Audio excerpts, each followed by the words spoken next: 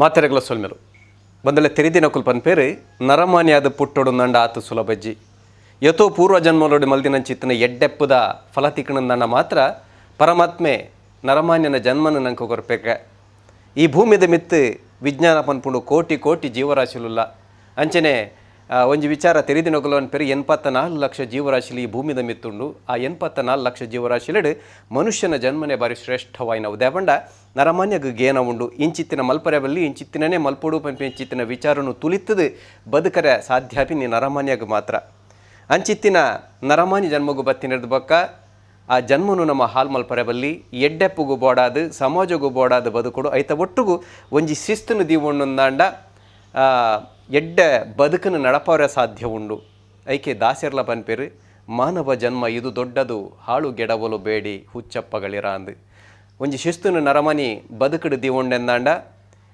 ಮೇಯಿ ನುರಿಯ ಬೆಂದದು ಎಡ್ಡೆ ಬಂಜಾರ ತಿಂದೆಂದಾಂಡ ಎಡ್ಡೆ ಗಾಳಿ ಎಡ್ಡೆ ನೀರು ಎಡ್ಡೆ ತೆನಸನ್ನು ತಿಂದಂದಾಂಡ 100 ವರ್ಷಲ ಬದುಕರೆ ಸಾಧ್ಯ ಉಂಡು ಓವೆ ಒಂಜಿ ಸೀಕ ಸಂಕಟಡು ನರಲಂದೆ ಬರಲಂದೆ ಕುಡರಿಯಾಗ ಪುದ್ಯಾವಂದೆ ನರಮನಿ 100 ವರ್ಷ ಬದುಕರೆ ಸಾಧ್ಯ ಉಂಡು ಪಣದು ತೆರಿದಿನ ಕುಲ್ಪಂತಿರು ಬಂದಲ್ಲ ಈ ಪಾತ್ರೆ ಮುಲ್ಪದಾಯ ಪನ್ಪಂದ ಪಂಡ ಇನಿಕ್ಲ ನಮ್ಮ ಕರಬರಿಟ್ಟು ಒಂಜಾತ್ತು ಜನ ಎಡ್ಡೆ ಆರೋಗ್ಯನು ದೀಡೊಂದು 100 ಕೈತಲು ಬದುಕೊಂದು ಪುನಕುಲೇರು ಅಗಲಿ ನಿಕಲ ದುಂಬದಿ ಕಡೆ ಪೊಲ ಮಲ್ಪನಂಚಿತ್ತಿನ ಒಂಜಿ ಲೇಸೆ ನಮ್ಮ ಟಿವಿದ 100 ಕೈತಲ್ದ ಜವನೇರು ಇನಿತ್ತ ಈ ಲೇಸಗಳ ನಿಕಲೇನು ಮಾತೇರಲ್ಲ ಮೊಕ್ಕೆಡು ಕೊಡೋರು ಎದುಕೊಂದೊಂದಲೆ 100 ಕೈತಲ್ದ ಜವನೇರೇನು ನಾಡೊಂದು ನಮ್ಮ ಟಿವಿದ ಕೂಟ ಪಿದಾಡ್ದಿನಿ ಕುಡ್ಲದಂಚಿ ಮೋನೆ ಪಾಡೊಂದು ಪಿದಾಡೊಂದು ಕುಡ್ಲದ ಆ ಬಿಜೈದ ಆನೆ ಗುಂದಿ ಪಂಪಿರಂಚಿತ್ನ ಊರುಗು ಬೈದ ಮೊದಲೇ ಇನಿ ಒತ್ತ ಕುಲ್ದು ಭಿನ್ನಾದಿಗೆಡು ಕುಲ್ದಿನಾರು 100 ಕೈತಲ್ದ ನಮ್ಮ ಜವನೇರು ಶ್ರೀ ವಾಸುದೇವ ಕಾಮತ್ 86 ವರ್ಷ ಕರೆದು 87ನೇ ವರ್ಷಡುಲೇರು ಇನಿಕ್ಲ ಎಡ್ಡೆ ಒಂಜಿ ಬದುಕನ್ನು ನಡಪ ಒಂದುಲೇರು ಬದುಕದ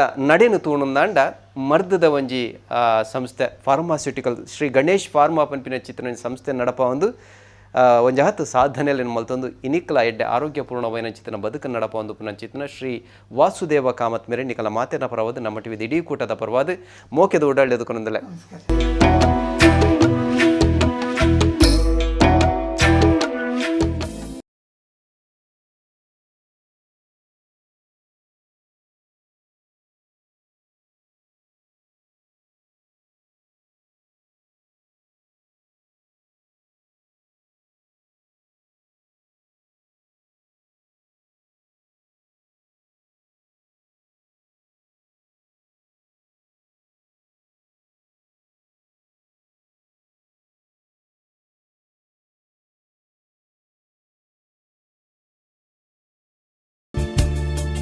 ಸರ್ ಸುರುಟಿರಡ ಕೇನು 87 ವರ್ಷ ಆಂಡ್ ಪೇರು 87 ವರ್ಷ ಇನ್ನು ಈ ಆರೋಗ್ಯನ ಎಂಚ ಹೊರ್ತೊಂಡರು ಆಯ್ತ ಗುಟ್ಟುದ ಅದೇ ಎರಡು ಸುರುಟ ಪ್ರಶ್ನೆ ನಾವು ಸುಮ್ಮನೆ ಕೂತ್ರೆ ಸ್ವಲ್ಪ ಜಬ್ಬು ಆಗ್ತೇವೆ ಆ್ಯಕ್ಟಿವ್ ಆಗಿ ಏನಾದರೂ ಕೆಲಸ ಮಾಡ್ತಾ ಇರಬೇಕು ಆರೋಗ್ಯ ಸ್ವಲ್ಪ ಇಂಪ್ರೂವ್ ಆಗ್ತದೆ ನಮಗೆ ಶಾಲೆಯಲ್ಲಿ ಕಲಿಸಿದಷ್ಟೇ ಏನಾದರೂ ಕೆಲಸ ಮಾಡ್ತಾ ಇರಬೇಕು ಕೈ ಕಾಲು ಮೂವ್ಮೆಂಟ್ ಬೇಕು ಸಡಿಲಾಗ್ತದೆ ಅವಾಗ ಇಲ್ಲದಿದ್ದರೆ ಅಲ್ಲಿ ಜಂಕ್ ಹೊಡಿತದೆ ಕೂತಲ್ಲಿಂದ ನಿಲ್ಲಿಕ್ಕಾಗೋದಿಲ್ಲ ಉದಾಹರಣೆಗೆ ನಾವು ಎಷ್ಟೋ ನೋಡ್ತೇವೆ ಈಗ ಮನೆಯಲ್ಲಿ ಈಗ ಕಾಲು ನೋವು ಗಂಟು ನೋವು ಜಾಸ್ತಿ ಯಾಕಂದರೆ ಮೊದಲು ಒಲೆ ಹತ್ರ ಕೂತ್ಕೊಂಡು ಫೂ ಮಾಡಿ ಬಗ್ಗಿ ಬೆಂಕಿ ಉರಿಸ್ಬೇಕು ಈಗ ನಿಂತುಕೊಂಡು ಗ್ಯಾಸ್ ಟಕ್ಕ ಮಾಡಿದರೆ ಲೈಟರ್ ಇದ್ರೆ ಆಯ್ತು ಅದು ಆಯ್ತು ಬಟ್ಟೆ ಒಗಿಲಿಕ್ಕೆ ಮೊದಲು ಹೀಗೆ ಮಾಡ್ತಿದ್ರು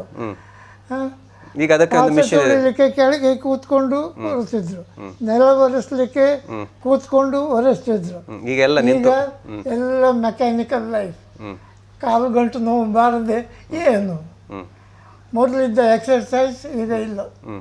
ಹೇಳಿ, ಈಗ ನಿಮ್ಮ ಬಾಲ್ಯದ ಬಗ್ಗೆ ಹೇಳಿ. ನಿಮ್ಮ ಬಾಲ್ಯ ಶಿಕ್ಷಣ ಅದರ ಬಗ್ಗೆ ಹೇಳಿ. ಎಷ್ಟು ಜನ ಮಕ್ಕಳು ನೀವು ಒಟ್ಟಿಗೆ? ನಾನು August 14th 1933 ನಂದು ಬರ್ತ್ಡೇ. ಆ ಲೆಕ್ಕದಲ್ಲಿ ನಂದು 86 ವರ್ಷ ಆಯಿತು. ಹೌದು, 87ನೇ ವರ್ಷ ಇದು. ಈಗ 87ಕ್ಕೆ ಕಾಲಿ ಇಟ್ಟಿದ್ದೇನೆ. ನೀವು ಎಷ್ಟು ಜನ ಮಕ್ಕಳು? ನಿಮ್ಮ ತಾಯಿ ತಂದೆಗೆ ನೀವು ಎಷ್ಟು ಜನ ಮಕ್ಕಳು? ಆಮೇಲೆ ಏನು ವಿದ್ಯಾಭ್ಯಾಸ ಮಾಡಿದ್ರಿ, ಎಲ್ಲಿ ಮಾಡಿದ್ರಿ? ನನ್ನ ತಂದೆಯವರು ಗ್ರಾಮದ ಪಟೇಲರಾಗಿದ್ದರು. ಅವರಲ್ಲಿ ಶಿಸ್ತು ಭಾರಿ ಜಾಸ್ತಿ ಇತ್ತು. ಹಾಗೆ ನಮಗೆ ಸಣ್ಣ ಪ್ರಾಯದಿಂದಲೂ ಆ ಶಿಸ್ತಿನಲ್ಲೇ ಬೆಳೆದವರು. ಬೆಳಗಿದ್ದೇವೆ. ಆ ಶಿಸ್ತು ಈಗ ನಮಗೆ ಚೇಂಜ್ ಮಾಡಲಿಕ್ಕೆ ಭಾರಿ ಕಷ್ಟ ಆಗೋದಿಲ್ಲ. ಯಾಕಂದರೆ ನನ್ನ ತಂದೆಯವರು ತೀರಿ ಹೋಗುವವರೆಗೆ ನಾವು ಅವರಿಗೆ ಆ ರೆಸ್ಪೆಕ್ಟ್ ಕೊಡ್ತಿದ್ದದ್ದು, ಅವರು ಹೇಳಿದ್ದನ್ನು ನಾವು ಕೇಳ್ತಾ ಇದ್ದೇವೆ. ಹಾಗಾಗಿ ಅಷ್ಟು ವರ್ಷದ್ದು ನಮ್ಮದು ಎಕ್ಸ್ಪೀರಿಯನ್ಸು ಈಗ ಚೇಂಜ್ ಮಾಡಲಿಕ್ಕೆ ಬರೋದಿಲ್ಲ. ಆ ಶಿಸ್ತು ಕಾಪಾಡ್ತಾ ಇದ್ದೇವೆ. ಕೆಲಸ ಇಲ್ಲಿ ಇಲ್ಲದೇ ಇರಲಿ, ಬೆಳಿಗ್ಗೆ 5:30 ಗಂಟೆ 6 ಗಂಟೆ ಒಳಗೆ ನಾವು ಹೇಳ್ತೇವೆ. ರಾತ್ರಿ ಮಾತ್ರ ಸ್ವಲ್ಪ ಬೇಗ ಮಲಗ್ತೀವಿ. ಅದು ಮೊದಲಿನವರು ಹಾಗೆ ಬೇಗ ಹೇಳುವುದು, ಬೇಗ ಮಲಗುವುದು. ಈಗ ಒಂದೇನಂದರೆ ನನಗೆ ಮಾತಾಡಲಿಕ್ಕೆ ಸಹ ಜನ ಜಾಸ್ತಿ ಇಲ್ಲ. ನಮ್ಮ ಮಾತು ಈಗ ಯಾರು ಅಷ್ಟು ಕೇಳುವವರಿಲ್ಲ. ಅಂದರೆ ಹೊಸ ಇದಕ್ಕೆ ನಾವು ಹೊಂದಿಕೊಳ್ಳಿಕ್ಕೆ ಆಗುವುದಿಲ್ಲ. ಹಾಗಾಗಿ ಬೇಗ ನಿದ್ರೆ ಬರ್ತದೆ. ಆಮೇಲೆ ನಿಮ್ಮ ಶಿಕ್ಷಣದ ಬಗ್ಗೆ ಎಲ್ಲಿ, ಯಾವ ಶಾಲೆಯಲ್ಲಿ ತಾವು ಕಲಿತ್ರಿ, ಎಷ್ಟು ಕಲಿತ್ರಿ? ನಾನು ಶುರುವಿಗೆ 1ನೇ ಕ್ಲಾಸಿಂದ 3ನೇ ಕ್ಲಾಸ್ವರೆಗೆ ಸುರತ್ಕಲ್ನಲ್ಲಿ ಪಂಚಾಯತ್ ಶಾಲೆಯಲ್ಲಿ ಕಲಿತೆ. ಆವಾಗ ನಮ್ಮದು ಮನೆ ಅಲ್ಲಿ ಹತ್ತಿರದಲ್ಲೇ ಇತ್ತು. ನನ್ನ ತಂದೆಯವರು ಇಡ್ಡಿಯ ಗ್ರಾಮದ ಪಟೇಲರು. ಹಾಗೆ ಅದೇನೋ ಒಂದು ಅವರಿಗೆ ಒತ್ತಡ ಇತ್ತು, ಆ ಗ್ರಾಮದಲ್ಲೇ ವಾಸ್ತವ್ಯ ಇರಬೇಕು ಅಂತ. ಹಾಗೆ ನಾವು ಇಡ್ಡಿಯ ಗ್ರಾಮಕ್ಕೆ ಬಂದದ್ದು. ಹಾಗೆ ನಾನು ಆ ಪಂಚಾಯತ್ ಶಾಲೆ ನಮಗೆ ತುಂಬ ದೂರ ಆಯಿತು. ಹಾಗೆ ಅದನ್ನು ಬಿಟ್ಟು ವಿದ್ಯಾದಾಯಿನಿ ಎಲಿಮೆಂಟ್ರಿ ಶಾಲೆ, ಆವಾಗ ವಿದ್ಯಾದಾಯಿನಿ, ಇಡ್ಡಿಯ ವಿದ್ಯಾದಾಯಿನಿ ಶಾಲೆ ಆವಾಗದ ಹೆಸರು, ಅಲ್ಲಿದ್ದು. ನಾನು 4ನೇ ಕ್ಲಾಸಿಗೆ ನಾನು ಅಲ್ಲಿಗೆ ಬಂದೆ.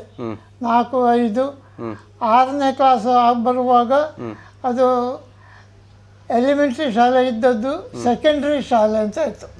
5ನೇ ಕ್ಲಾಸ್ ಪಾಸ್ ಆದವರಿಗೆ ನೆಕ್ಸ್ಟ್ 6ನೇ ಕ್ಲಾಸ್ ಅಲ್ಲ, ಸೆಕೆಂಡರಿ, ಫಸ್ಟ್ ಫಾರ್ಮು.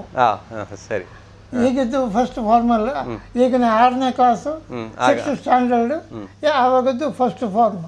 ಹಾಗೆ ನಾವು 7ನೇ ಕ್ಲಾಸಿಗೆ ಪಾಸಾಗಿ ಬರುವಾಗ ಸೆಕೆಂಡ್ ಫಾರ್ಮ್ ಆಯಿತು. ನಂತರ ನಮಗೋಸ್ಕರವೇ ಅದು ಹೈಸ್ಕೂಲ್ ಆಗ್ತಾ ಬಂತು. ಸೆಕೆಂಡ್ರಿ ಶಾಲೆ ಇದ್ದದ್ದು ಹೈಸ್ಕೂಲ್ ಆಯಿತು. ಹಾಗೆ ನನಗೆ ಪೂರ್ತಿ ವಿದ್ಯಾಭ್ಯಾಸ ಸುರತ್ಕಲ್ನಲ್ಲೇ ಆಯಿತು. ಕಾಲೇಜಿಗೆ ಕಾಲಿಟ್ಟಿಲ್ಲ. ಆಮೇಲೆ ನಿಮ್ಮ ಉದ್ದಿಮೆ ಅಥವಾ ವ್ಯಾಪಾರ ನೀವು ಫಾರ್ಮಾಸ್ಯೂಟಿಕಲಲ್ಲಿ ಮಾಡಿದರೆ ಅದು ಹೇಗೆ ಆರಂಭ ಆಯಿತು? ನಾನು ಏನಾದರೂ ಕಾರಣ ಇತ್ತಾ? ಆನಂತರ ನನ್ನ ಮನೆಯಲ್ಲಿ ನಮಗೆ ಸ್ವಲ್ಪ ಅದು ಪೇಟೆಯಿಂದ ಸ್ವಲ್ಪ ದೂರ ಇತ್ತು, ಎಲ್ಲದಕ್ಕೂ ಸ್ವಲ್ಪ ಅನುಕೂಲ ಅಷ್ಟು ಕ್ಲಿಯರ್ ಇರಲಿಲ್ಲ. ಹಾಗಾಗಿ ಏನಾದರೂ ಕೆಲಸ ಮಾಡಬೇಕು ಅಂತ ಆಲೋಚನೆ ಬರುವಾಗ ಊರು ಬಿಡಬೇಕಂತ ಆಯಿತು. ಬೊಂಬೈಗೆ ಹೋದೆ. ಆವಾಗ ಬೊಂಬೈಗೆ ಹೇಗೆ ಸ್ಟೀಮರಲ್ಲಿ ಹೋಗೋದಾ? ಹೇಗೆ ಸ್ಟೀಮರಲ್ಲಿ ಹೋಗೋದಾ? ಈಗಿನಾಗೆ ರೈಲು ಅಥವಾ ಬೇರೆ ಸ್ಟೀಮರ್. ಅದೊಂದು ನಾನು ಫಸ್ಟ್ ಸ್ಟೀಮರ್ನಲ್ಲಿ ಕೂತ್ಕೊಂಡ್ರದ್ದು ಆವಾಗ ನಾವು ಹೆಚ್ಚಾಗಿ ಮಂಗಳೂರು ಬಿಟ್ಟು ದೂರ ಹೋದವರಿಲ್ಲ. ಯಾಕಂದರೆ ಎಲ್ಲ ಕಡೆಯಲ್ಲಿ ನದಿ ದಾಟಬೇಕಿತ್ತು. ಹೌದು, ಖಂಡಿತ. ಹಾಗೆ ದೋಣಿಯಲ್ಲೇ ಹೋಗಬೇಕಿತ್ತು. ಇಲ್ಲಿಂದ ಉಡುಪಿಗೆ ಹೋಗ್ಬೇಕಂತಾದರೆ ಬೆಳಿಗ್ಗೆ ಮಂಗಳೂರಿಂದ ಹೊರಟ್ರೆ ಉಡುಪಿಗೆ ಮುಟ್ಟುವಾಗ ಸಂಜೆ ಆಗ್ತಿತ್ತು. ಅಂದರೆ ಕೂಳೂರು, ಪಾವಂಜೆ, ಮುಲ್ಕಿ, ಉದ್ಯಾವರ 4 ಕಡೆ ದೋಣಿ ದಾಟಿ ಆಚೆ ಕಡೆದ್ದು ಬಸ್ಸು ಕಾಯಬೇಕು. ಆ ಕಡೆದ್ದು ಟಿಕೆಟ್ ಇಲ್ಲಿ ಕೊಡ್ತಾರೆ.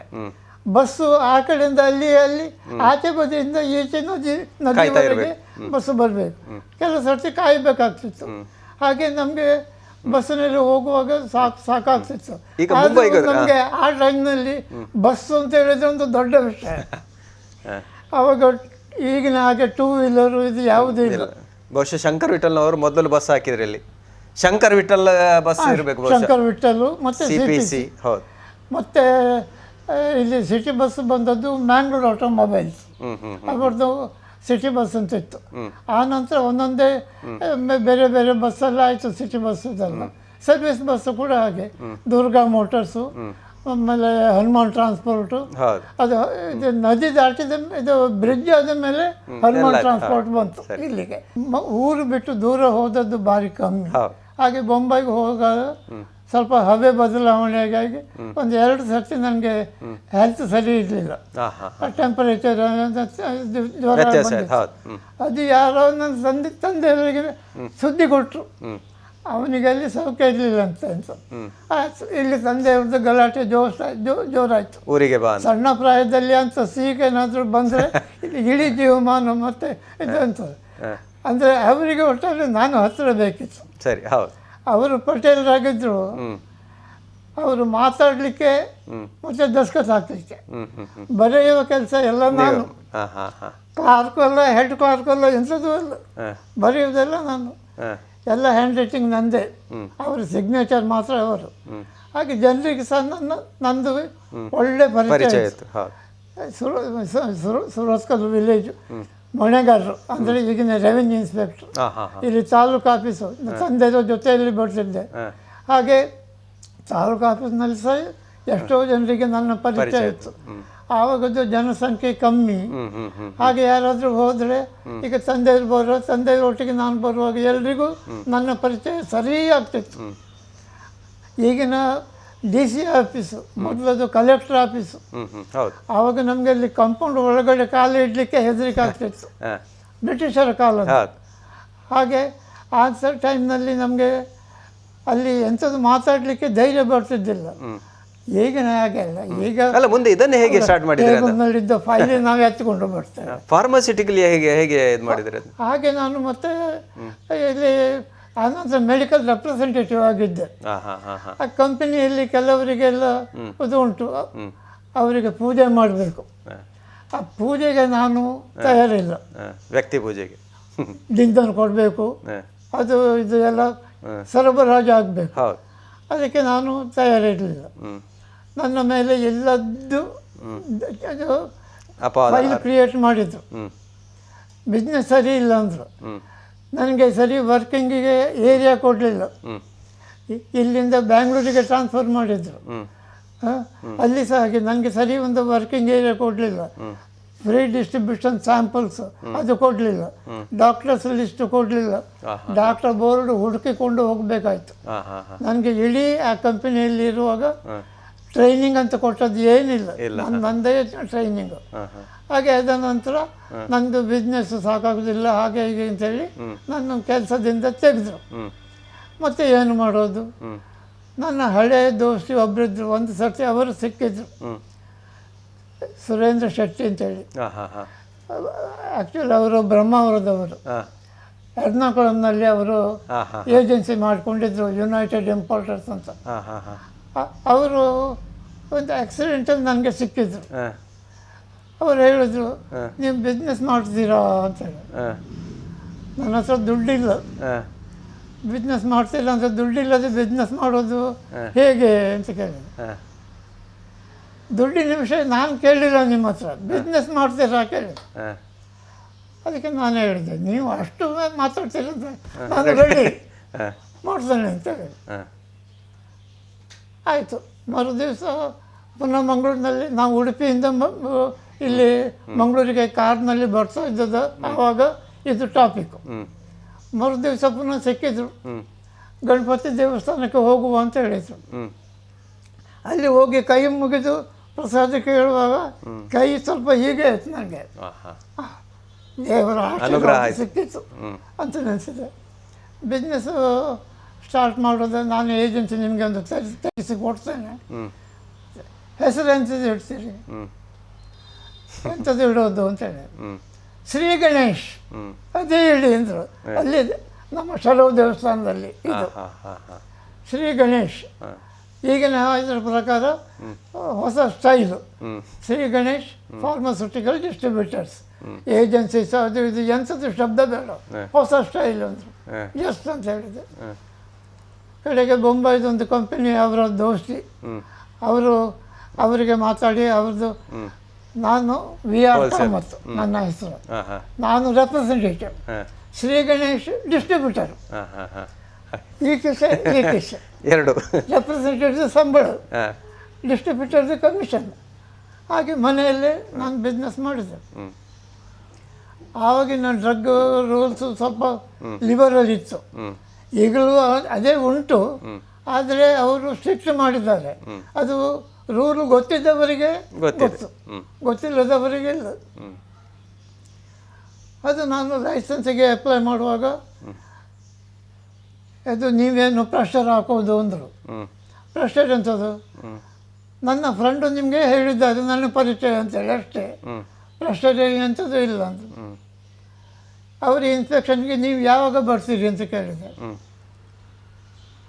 ಅದು ನೀವ್ಯಾರು ಕೇಳಲಿಕ್ಕೆ ಅಂದರು. ಅಲ್ಲ, ನೀವು ಬರುವಾಗ ನಾನು ಮನೆಯಲ್ಲೇ ಇರಬೇಕು.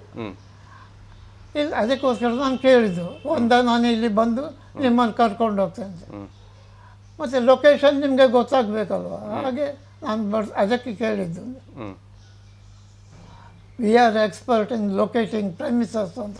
ಸರಿ ಅಂದರೆ ಕಡೆಗೆ ಅವರೇ ಹೇಳಿದರು, ಇವತ್ತು ಮಧ್ಯಾಹ್ನ ನನಗೆ ಕೋರ್ಟ್ ಡ್ಯೂಟಿ ಉಂಟು, ಆದರೆ ಆವಾಗ ಬರುವಾಗ ಬರ್ತೇನೆ ಅಂದರು. ಆವಾಗ ಅವರು ಒಂದು ಮಾತು ಹೇಳಿದರು, ನೀವು ಇಲ್ಲದಿದ್ದರೆ ನಿಮ್ಮ ಮಗನ ಬೇರೆ ಯಾರಾದರೂ ಅಲ್ಲಿ ಇರುವ ಹಾಗೆ ನೋಡಬೇಕು ಅಂತೇಳಿ. ನನ್ನ ಮಗನನ್ನು ನಿಲ್ಲಿಸಿದ್ದೆ, ಅವ ಮಾತ್ರ ನಿಮಗೆ ಪ್ರಯೋಜನ ಇಲ್ಲ ಅಂದೆ. ಯಾಕಂದರೆ ಇದೇ ನನ್ನ ಮಗ, ಅವನಿಗೆ ಆವಾಗ 2-3 ವರ್ಷ ಅವರಿಗೆ ಮೆಸೇಜ್ ಕೊಡ್ತಾನೆ, ಇನ್ಫಾರ್ಮೇಷನ್. ಕಡೆಗೆ ಬಂದರು. ಆವಾಗ ಅವರಿಗೆ ಬೇಕಾದದ್ದು 100 ಸ್ಕ್ವೇರ್ ಫೀಟ್, ನನ್ನ ಹತ್ರ 220 ಸ್ಕ್ವೇರ್ ಫೀಟ್ ಇತ್ತು. ಅವರಿಗೆ ಮಾತಾಡಲಿಕ್ಕೆ ಏನೂ ಸಿಗಲಿಲ್ಲ. ರ್ಯಾಕು 2 ಇತ್ತು ಅಂತ ನಾನು ಹೇಳಿದ್ದೆ. ಮನೆಯಲ್ಲಿದ್ದ ಮತ್ತೊಂದು ರ್ಯಾಕನ್ನು ಕೊಂಡೋಗಿ ಮಾಳಿಗೆಯಲ್ಲಿಟ್ಟು ಅವರು ಬರುವಾಗ 3 ರ್ಯಾಕ್ ಮಾಡಿದ್ದೆ. ಹಾಗೆ ಅವರಿಗೆ ಏನು ಮಾಡಲಿಕ್ಕೆ ಆಗಲಿಲ್ಲ. ಲೈಸೆನ್ಸ್ ಸಿಗಬೇಕಾದ್ರೆ ಮತ್ತೆ ಸ್ವಲ್ಪ ಉದ್ದ ಹೋದರು. ಅವರ ಕಾನೂನು ಪ್ರಕಾರ 2 ತಿಂಗಳ ಒಳಗೆ ಲೈಸೆನ್ಸು ಎಸ್ ಆರ್ ನೋ ಆಗಲೇಬೇಕು. ಅದು ಇವತ್ತಿಗೂ ಉಂಟು, ಎಸ್ ಆರ್ ನೋ. 1.5 ತಿಂಗಳ ಒಳಗೆ ಡ್ರಗ್ ಇನ್ಸ್ಪೆಕ್ಟರ್ ಬಂದು ಇನ್ಸ್ಪೆಕ್ಷನ್ ಮಾಡಬೇಕು. ಅದರ ನಂತರ 15 ದಿವಸದ ಒಳಗೆ ಲೈಸೆನ್ಸು ಬರಲೇಬೇಕು. ಇಲ್ಲದಿದ್ದರೆ ಅಪ್ಲಿಕೇಶನ್ ರಿಜೆಕ್ಟ್ ಅಂತ ಮೆಸೇಜ್ ಕೊಡಬೇಕು. ಅದು ಎಷ್ಟೋ ಜನರಿಗೆ ಗೊತ್ತಿಲ್ಲ.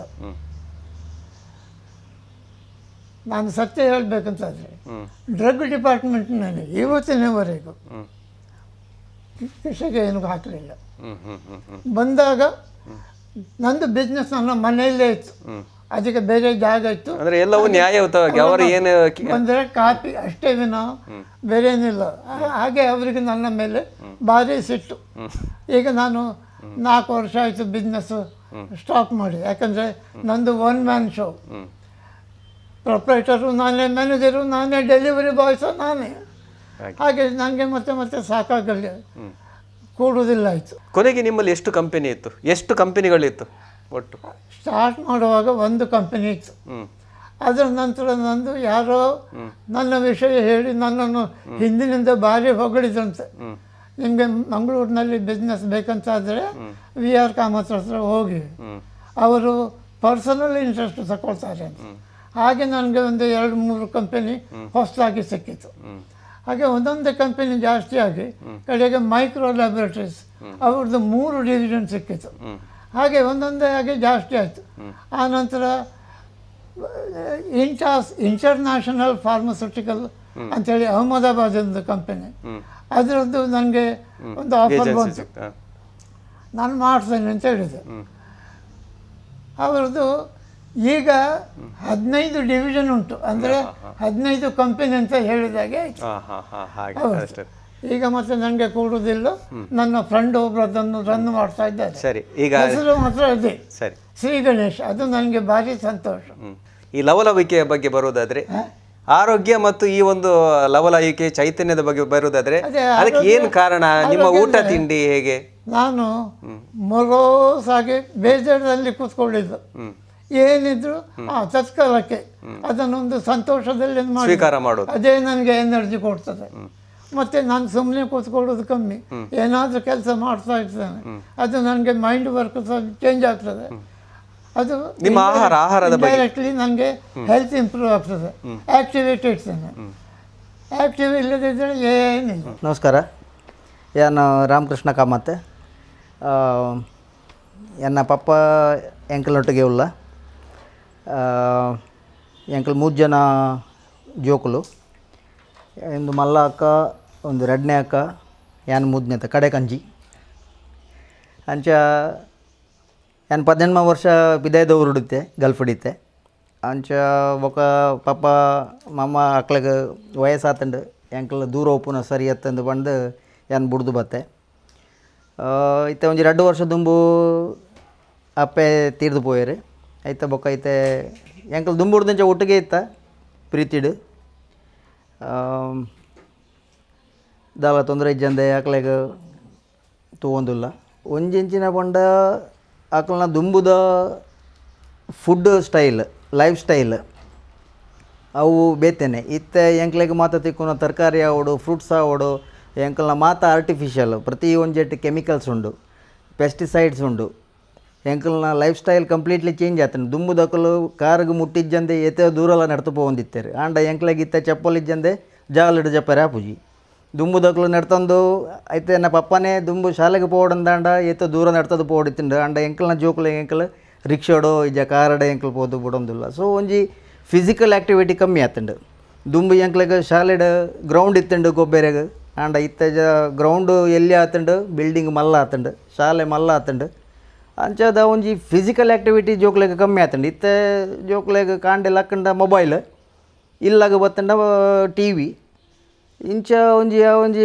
ಮೆಂಟಲಿ ಅಕಲ್ ಆ್ಯಕ್ಟಿವ್ ಉಪೇರ ತಂದು ಫಿಸಿಕಲಿ ಆತ ಸೊ ಎಂಕ್ಲ್ ಏತ್ ಪಪ್ಪ ಪಣ್ಲೆಕ್ಕನ ಎಂಚ ಎಂಕ್ಲ್ ಫಿಸಿಕಲಿ ಆ್ಯಕ್ಟಿವ್ ಉಪ್ಪನ ಆತ ಎಂಕಲ್ನ ಲಾಂಜಿವಿಟಿಗೆ ಎಂಕಲ್ನ ಒಂಜಿ ಲೈಫ್ ಸ್ಟೈಲ್ಗೆ ಅವು ಐಟ್ ಎಡ್ಡೆ ಉಂಡು ಅಂದು ಎಂಕ್ ತೋಜುಂಡು ಆರಡ ಸುಮಾರು ಪೆಟ್ಟು ತಿಂತೆಯಾನ ಎಲ್ಲಿ ಒಪ್ಪುನಾಗ ಅಂಚಾದ ಎಂಕ್ ಐಟ್ ಎಡ್ಡೆನೇ ಆತಂಡತ್ತಂದೆ ಎಂಕದೆಲ್ಲ ಹಾಳಾತಿಜಿ ದಾಯಗ ಪಂಡ ಯಾನ್ ಎನ್ನನ್ನು ಬೇತೆಗ್ಲನ್ನು ಕಂಪೇರ್ ಮಲ್ಪುನಾಗ ಯಾನ್ ಎತ್ತೋ ಬೆಟರ್ ಅಂದು ತೋಜುಂಡು ದಾಯಗ ಪಂಡ ಎಂಕಂಚಿನ ಒಂಜಿ ಓವಂಡಲ ತಪ್ಪು ಮಲ್ಪಡಂದಾಂಡ ಏನು 2 ಸರ್ತಿ ಆಲೋಚನೆ ಮಾಡ್ತೀನಿ ತಿಕ್ಕದು ಬೂರಿ ಎರಡ ಬೇರಿತ್ತ ಚೋಲಿ ಪೋವು ಒಂದು ಅಂಚಾದ ಯಾನು ಭಾರಿ ಜಾಗ್ರತೆ ಹಿಡಿತೆ.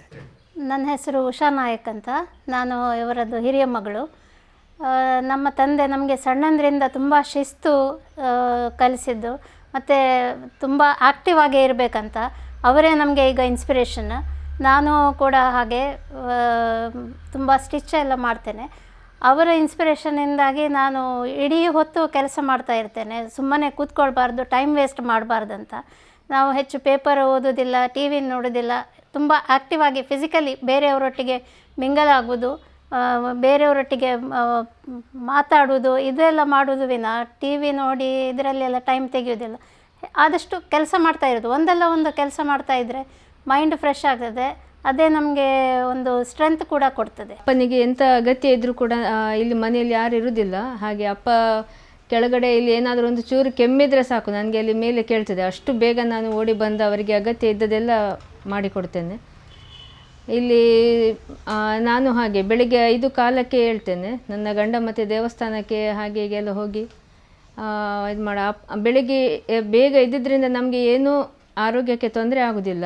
ಅಪ್ಪನ ನಮಗೆ ಶಿಸ್ತು ಕಲಿಸಿದ್ದು, ಬೆಳಿಗ್ಗೆ ಬೇಗ ಏಳಬೇಕು ಮತ್ತು ಆ್ಯಕ್ಟಿವ್ ಆಗಿ ಇರಬೇಕು ಅಂತ. ಹಾಗೆ ಇಡೀ ಹೊತ್ತು ಏನಾದರೂ ನಾವು ಕೆಲಸ ಮಾಡ್ತಾನೆ ಇರ್ತೇವೆ. ಹೀಗೆ ಅಕ್ಕ ಹೇಳಿದ ಹಾಗೆ ನಾವು ಕೂಡ ಟಿ ವಿ, ನ್ಯೂಸ್ ಪೇಪರ್ ಯಾವುದರಲ್ಲಿ ಕೂಡ ನಾವಿಲ್ಲ. ನಮ್ಮಷ್ಟಕ್ಕೆ ನಮ್ಮ ಕೆಲಸ ಮಾಡಿ ಬೇರೆಯವರಿಗೆ ಏನು ಅಗತ್ಯ ಇದೆ, ಯಾರಿಗೆ ಎಂಥ ಸಹಾಯ ಬೇಕಿದ್ರೂ ಕೂಡ ನಾವು ರೆಡಿಯಾಗಿ ಅವರಿಗೆ ಹೋಗಿ ಉಪಕಾರ ಮಾಡಿ ಬರ್ತೇವೆ.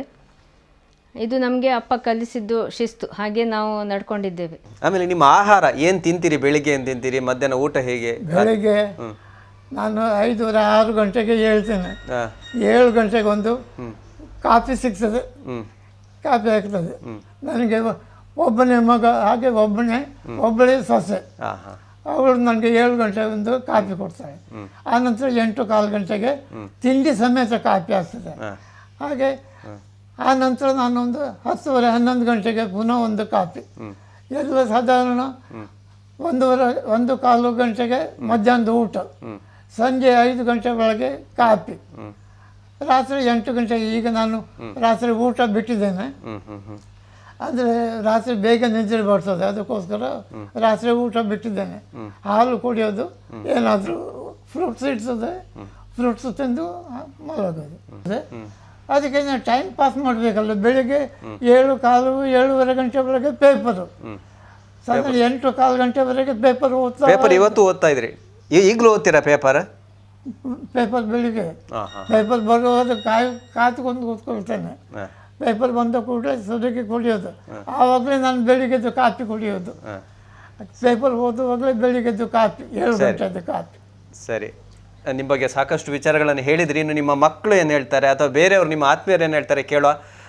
87ರ ವರ್ಷದಲ್ಲಿದ್ದೀರಿ. ಮಕ್ಕಳಿಗೇನು ನಾನು ಆರೋಗ್ಯವಾಗಿದ್ದೇನೆ, ಅದು ಅವರಿಗೆ ದೊಡ್ಡ ಸಂತೋಷ. ಖಂಡಿತ ಖಂಡಿತ ಅವ್ರ ಹತ್ರ ಕೂಡ ಕೇಳ್ತೇನೆ. ಅದೇ ರೀತಿ ನನ್ನ ಮಗ ನನ್ನ ಒಟ್ಟಿಗಿದ್ದಾನೆ. ನನ್ನ ದೊಡ್ಡ ಮಗಳು ಇಲ್ಲೇ ಹತ್ತಿರ ತುಳುವಿನಲ್ಲಿ ಒಂದು ಗಾದೆ ಉಂಟು, ಒಂಜಿ ಕೂ ಅಂತೇಳಿ, ಅಷ್ಟೇ ದೂರ ಇಲ್ಲಿಂದ ಸಣ್ಣ ಮಗಳು ಇಲ್ಲಿ ಮಾಳಿಗೆಯಲ್ಲಿದ್ದಾಳೆ. ಅದು ನನಗೆ ದೊಡ್ಡ ತೃಪ್ತಿ. ಮಕ್ಕಳು ಹತ್ತಿರ ಇದ್ದಾರೆ, ಎಲ್ಲ ಮಕ್ಕಳು ಹತ್ತಿರ ಇದ್ದಾರೆ. ಸರಿ, ಅದನ್ನೇ ಬಯಸುವುದು ನಮ್ಮ. ಹಾಗೆ ನನಗೆ ಈಗ ವಿಶೇಷ ಆಶಯ ಅಂತದ್ದು ಇಲ್ಲ, ಯಾಕಂದ್ರೆ ಎಲ್ಲ ಸಂತೃಪ್ತಿ. ಸರಿ ಸರಿ, ಹೀಗೆ ನಿಮ್ಮ ಸಂತೃಪ್ತಿಯ ಬದುಕು ಮುಂದುವರಿಯಲಿ, 100 ವರ್ಷ ಆರೋಗ್ಯಪೂರ್ಣವಾಗಿ ಬದುಕುವಂತಾಗಲಿ ಅನ್ನುವಂಥ ಪ್ರಾರ್ಥನೆನ ನಿಮ್ಮ ಪರವಾಗಿ ದೇವರಿಗೆ ನಾವು ಸಮರ್ಪಿಸಿದ್ದೇವೆ. ಧನ್ಯವಾದಗಳು.